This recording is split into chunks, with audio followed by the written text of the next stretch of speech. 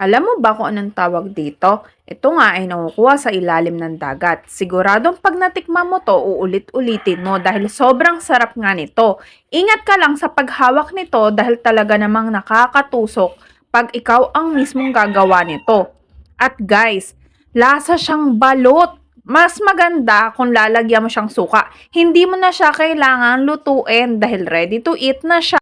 Alam mo bang pag binili mo to ay sobrang mahal nito guys at makakain mo lang to sa mga mamahaling restaurant.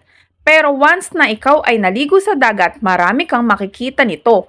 Maraming hindi nakakaalam at nakakatikim nito. Dahil nga guys, pag nakita mo siya, akala mo lang masakit sa kamay at paa pag naapakan. Pero guys, kinakain pala siya. Ganyan siya, hahatiin mo lang sa gitna at may tatanggalin kang ibang part. At guys, ready to eat na.